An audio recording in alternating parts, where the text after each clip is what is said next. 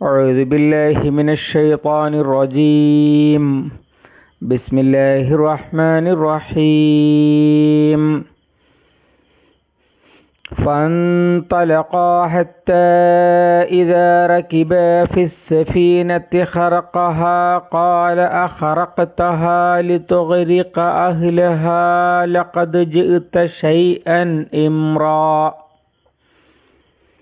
قال ألم أقل إنك لن تستطيع معي صبرا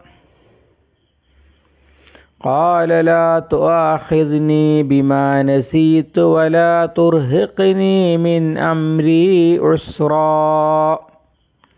صدق الله العظيم. സൂറത്തുൽ കഹ്ഫ് 71-3. ഫൻതലഖ, അങ്ങനെ അവരിരുവരും പോയി. ഇൻതലഖ എന്ന് പറഞ്ഞാൽ പോയി എന്നാണ് അർത്ഥം. ഇൻതലഖ, അവർ രണ്ടാള് പോയി. ഹത്താ ഇദാ റക്കിബ, അവരിരുവരും കയറുവോളം, കയറുന്നത് വരെ. ഫിസ് സഫീന, ഒരു കപ്പലിൽ. ഫിസ് സഫീനത്തി, ആ കപ്പലിൽ. ഖറഖഹ, ആ കയറിയ കപ്പലിൽ കയറിയപ്പോൾ ഖറഖഹ, അദ്ദേഹം അത് കേടുവരുത്തി. ഖാല, മൂസാ അലൈഹിസ്സലാം ചോദിച്ചു, ആ ഖറഖതഹ, നീ അത് കേടുവരുത്തിയോ? ലിതുഗ്രിഖ അഹ്ലഹ, അതിൻ്റെ ആളുകളെ, അഥവാ അതിലെ യാത്രക്കാരെ മുക്കിക്കൊല്ലാൻ വേണ്ടി. താങ്കൾ അവരെ മുക്കിക്കൊല്ലാൻ വേണ്ടി എന്നർത്ഥം. ലഖദ് ജിഇത, ഉറപ്പായും താങ്കൾ ചെയ്തിരിക്കുന്നു. ഷൈഅൻ ഇമ്രാ, ഗുരുതരമായ ഒരു കാര്യം. ഇമ്ര എന്ന് പറഞ്ഞാൽ വലിയ കടുത്ത കാര്യം എന്നാണ് അർത്ഥം.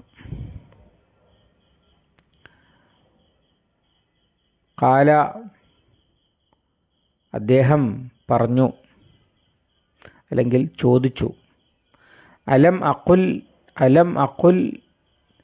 ഞാൻ പറഞ്ഞിരുന്നില്ലയോ? ഇന്നക, നിശ്ചയം താങ്കൾ, ലൻ തസ്തതിഅ, ഒരിക്കലും സാധിക്കുകയില്ല, മഅയ, എൻ്റെ കൂടെ, സബ്റ, സബ്റിനെ അല്ലെങ്കിൽ ക്ഷമ, അഥവാ ക്ഷമിച്ചു കഴിയാൻ എന്നർത്ഥം. ഖാല, മൂസാ അലൈഹിസ്സലാം പറഞ്ഞു, ലാ തുആഖിദ്നി, താങ്കൾ എന്നെ പിടികൂടരുത്. ബിമാ നസീതു, ഞാൻ മറന്നുപോയതിൻ്റെ പേരിൽ. വലാ തുർഹിഖ്നി, താങ്കൾ എന്നെ ഞെരുക്കുകയും ചെയ്യരുത്. മിൻ അംരി, എൻ്റെ കാര്യത്തിൽ. ഉസ്ര, ക്ലേശത്താൽ അല്ലെങ്കിൽ പ്രയാസത്താൽ.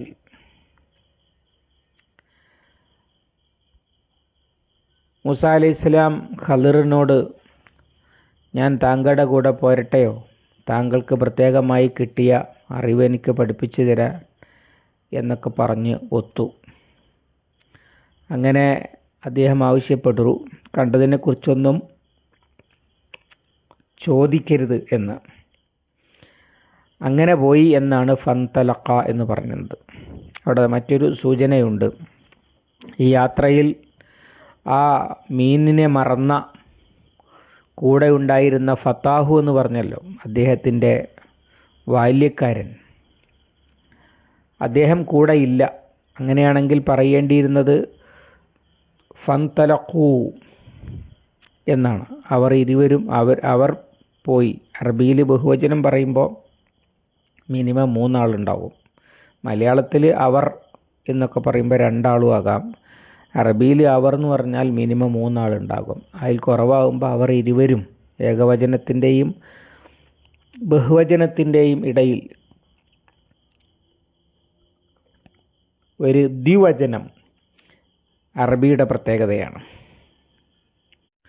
അതിൽ നിന്ന് നമുക്ക് മനസ്സിലാക്കാൻ കഴിയും ആ ഭൃത്യൻ കൂടെയില്ല എന്ന്. ഹത്താ ഇദാ റക്കിബ ഫി സഫീനത്തി ഖറഖഹ. എന്ത് കണ്ടാലും ചോദിക്കരുതെന്ന് പറഞ്ഞ ആള് അദ്ദേഹം ചെയ്തത് കപ്പലിൽ കയറിയ പാടെ അത് കേടുവരുത്തുകയാണ്. അഥവാ വിശദീകരണങ്ങളിലൊക്കെ ഉള്ളത് കപ്പലിൻ്റെ ഒരു പലക അദ്ദേഹം വേർപ്പെടുത്തി എന്നാണ്. അതിൽ വെള്ളം വല്ലാതെ പൊങ്ങിയാൽ വെള്ളം കയറാൻ കാരണമാകും, കപ്പൽ മുങ്ങും. നിലവിൽ യാത്രക്ക് ബുദ്ധിമുട്ടൊന്നുമില്ല, പക്ഷേ ചില തകരാറുകളൊക്കെ ഉണ്ടായി എന്നർത്ഥം. കയറിയ പാടെ ഇത് ചെയ്തു എന്നാണ്. ഹത്താ ഇദാ റക്കിബ, അവരിരുവരും കയറിയപ്പോഴേക്ക് എന്നൊക്കെയാണ് അർത്ഥം. അപ്പം അദ്ദേഹം കേടുവരുത്തി. സ്വാഭാവികമായും ഏതൊരു മനുഷ്യനും ചെയ്യുന്നത് പോലെ മൂസാ അലൈഹി ഇസ്ലാമിൻ്റെ പ്രതിഷേധ മനസ്സ് ഉണർന്നു. എന്നിട്ട് ചോദിച്ചു, ഖാല അഖറഖ്തഹ ലിതുഗ്രിക അഹ്ലഹ ലഖദ് ജിഇത ശൈഅൻ ഇംറ. നീ അത് കേടുവരുത്തിയോ? അങ്ങനെയാണെങ്കിൽ താങ്കൾ ഈ ആളുകളെ കൊല്ലാൻ വേണ്ടിയാണല്ലോ അത് ചെയ്തത്, അല്ലെങ്കിൽ മുക്കാൻ വേണ്ടി അത് കേടുവരുത്തി കളഞ്ഞു. താങ്കൾ ചെയ്തത് വളരെ ഗുരുതരമായ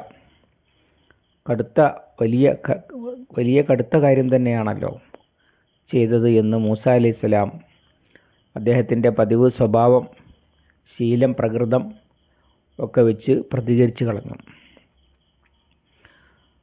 ഉടനെ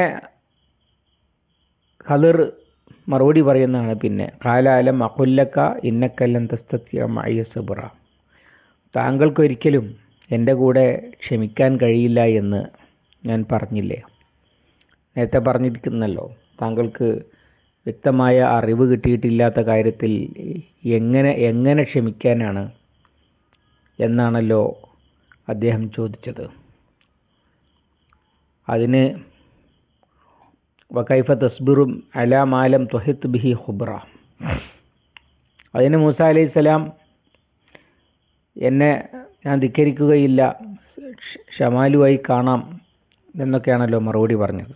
പക്ഷേ ആ മറുപടി പൊളിഞ്ഞു. അതുകൊണ്ട് ഇദ്ദേഹം ചോദിച്ചു, ഖളിർ ചോദിച്ചു, ഞാൻ അപ്പോഴും പറഞ്ഞില്ലേ താങ്കൾക്ക് എൻ്റെ കൂടെ സഹിക്കാൻ കഴിയില്ല എന്ന്. ഉടനെ വന്നു മൂസാ അലൈഹി സ്വലാമിൻ്റെ ക്ഷമാപണം. ഖാല ലാ തുആഖിദ്നി ബിമാ നസീതു വലാ തുർഹിഖ്നി മിൻ അംരി ഉസ്റ.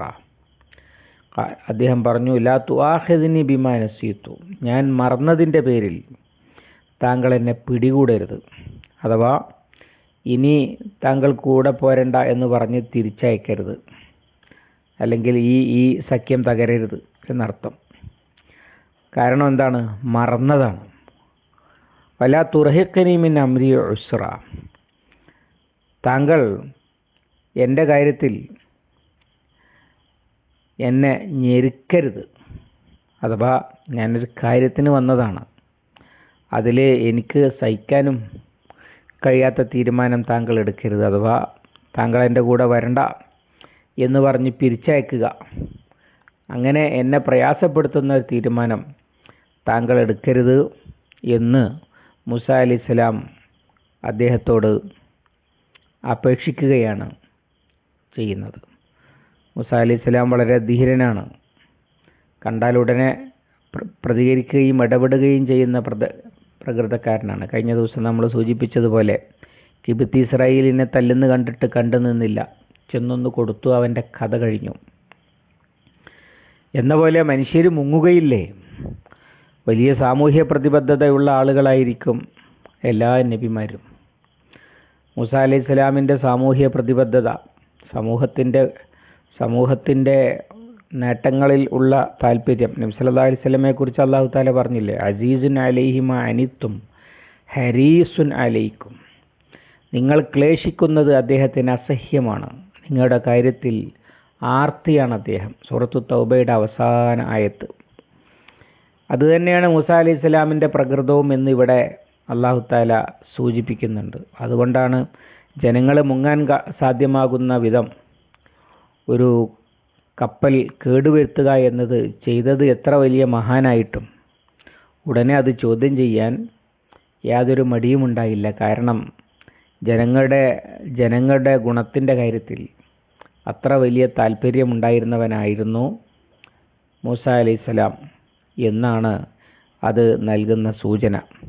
അതിന് ഖദറിൻ്റെ പ്രതികരണമാണ് ഇനിയുള്ള ആയത്തുകളിൽ. ഇൻഷാ അല്ലാഹ് അടുത്ത ദിവസം.